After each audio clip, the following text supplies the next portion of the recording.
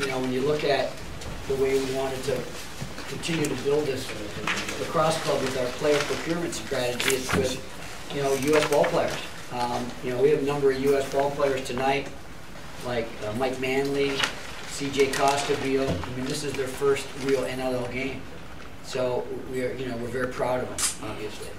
You know, that's where we want to be. We think we've got the right mix of, you know, Canadian goaltending, some Canadian offensive players. But, you know, I think what really is nice about, you know, this group here is, you know, the coachability of them. You know, they're all, because they're so new to the game, you know, they come in and their mind's wide open. It's like a blank chalkboard. And it's very nice for our coaching staff. We're very pleased with the coachability. We're very pleased with the leadership that we have this year. And not only the primary leadership. I mean, you look around that locker room, and a lot of those young athletes were, you know, high-profile U.S. college players that wore letters. You know, so for them to come in here and take on that whole secondary level of leadership, B. Miller in the locker room nailed it right on. He said, you know what? He said, for a young club with, you know, new players, we kept our composure. You know, as we know, this game goes in peaks and valleys, and, you know, we had the peak when we were getting the power play, and we had a nice power play. We were 4 for 8 at the end of the game, and then they started getting some power plays, and we just kept our composure, which is very important. You know, for a young team, and a lot of U.S. ball players are just getting indoctrinated into the NLL. John, could you talk about Buchanan and, you know, his debut with you guys and what you thought, what you saw out there? He was 3 for 5. What we really like about Bucky, he was, you know, he's able to turn the corner with the offense that we're running. And he can turn the corner and take the shot. You know, he can shoot the ball from high, and he's very dangerous with the ball. I mean, he demands a lot of attention. And, you know, in the off season, let's face it, I mean, last year we struggled with our left side. Ned Crotty was out with a wrist injury. Mundy hurt his ankle. In the one game against Minnesota here, that was a big game for us. And we went into Buffalo the night after that game against Minnesota. We had Brody Merrill in the power play. So we had to really make some moves in the offseason. We picked up Bucky. We picked up Kevin Ross, obviously, and, you know, Jordan Hall. And then now, you know, talking to Ned Crotty, you know, this is his 3rd year in the league, and he's really starting to understand the game, which is going to be very helpful. Because, you know, he played hockey, so he's used to playing with glass and boards. What about Rabel's first game here? It seemed like he had a little struggles there. Yeah, you know, and we talked, you know, with Paul. Paul's a very coachable, you know, athlete, and in his player interviews, he was saying how, you know, he's really happy that, you know, he has a role here. You know, in Washington, they were using him out the back door, running tranny.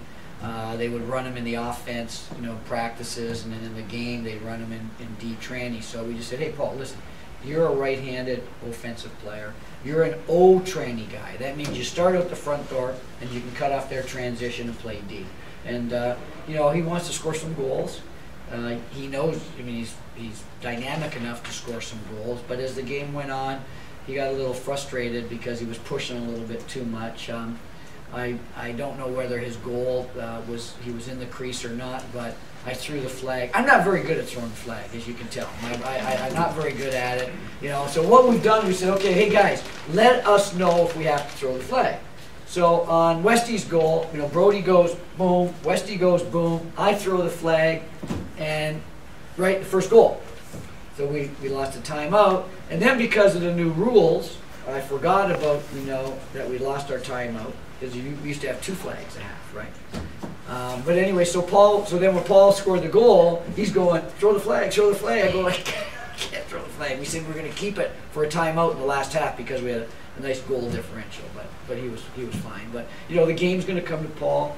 You know, he's really, he can shoot the ball, he can go inside, and he's going to be a very dynamic player in this league. He feels like he's at home, which is good. You know, he's flying across the West Coast. He's home now. He's going to be with us for a long time. Talk about the play of Ethan Farrell tonight. Who is Ethan Farrell? I mean, who is Ethan Farrell? He's this kid that I saw play with the Voyager, Vermont up in Burlington, and they play in the senior B League, in the Quebec Senior B League, and you know, Jeff Colkin, who is got to be a friend of ours, and I know Scott knows Jeff because they're from that area. He knows Jeff real well, and you know, so we went out there and we've been talking with Jeff the last couple of years. They've been sending us players. You know, Ethan's played. He's played 4 years of box lacrosse in Vermont and up in Canada against the Native Americans on the reservation. So you know, he can play the game. I mean, he understands the game really, really well. And you know, we brought him to camp, and he went, you know, everybody's going, wow, who is this young man?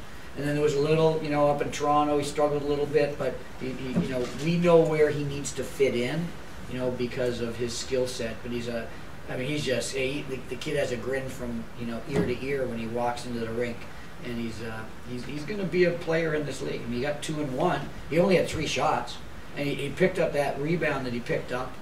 He gave it to Westy, I think, right? And Westy scored that goal. So yeah, he's a real good ball player. But you know, everybody, you know, kept on saying, "Who's Ethan Farrell?" Now they're going to say, "Ooh, well, that's Ethan Farrell, right? That's Ethan Farrell." So we have to thank Jeff Colkin. It's like having a place where these U.S. ball players can play in the summer. Yeah. Your thoughts on the defensive effort tonight? I mean, it was a very young defense against some good scorers that the Buffalo Bandits have. I thought the defense played really well tonight. Yeah, you know, Tommy's really been getting them to understand when to pressure, when not to pressure.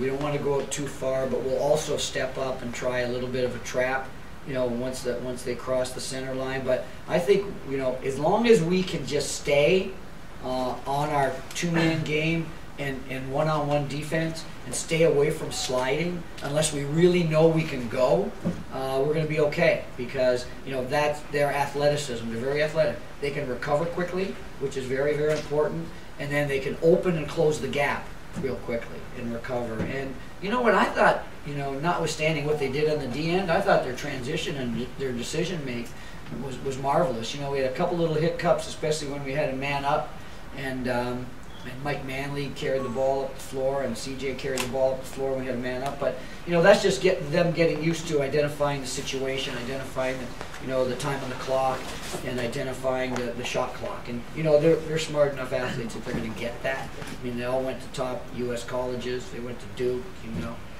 Chad Widmeyer, who didn't dress, you know, Princeton kid. So you know, we got a lot of tools back there. Very happy with Robbie Campbell. You know, Robbie we picked up in the trade. Very happy with Joel White from Syracuse, who we picked up in the trade. They played very, very well, made good decision. And of course, Kyle Hartzell's been in the league. You know, we had Kyle Hartzell, Holmes, and Brett Manny in San Jose when I was there, and they were just coming into the league. And you know, they've really developed over the last 5 years. You know, they're very developed, very quality players. Yep. Can you talk about your the goaltending, how solid it was by Brandon Miller? You know, Brant, you know, he was spectacular all night. And what he was really doing is, even when, you know, he would make the saves, and you know, B's a very active goalie, and he has had some, you know, some times where he struggled with the ball on low shots, but you know, he was really covering between the 5-hole really well. He was covering low really well. But we thought he did a marvelous job on getting the rebounds, keeping the rebounds in, you know, in the crease area and getting the ball up. I mean, he started the transition a lot for us, didn't he? I mean, he had the ball, he started the transition. So not only did he make the save, he kept the ball in the crease and got it up into the down floor. Bucky. Johnny? How are you? Any more questions for Johnny? Any more questions? Thanks, guys. Bucky. All right, we have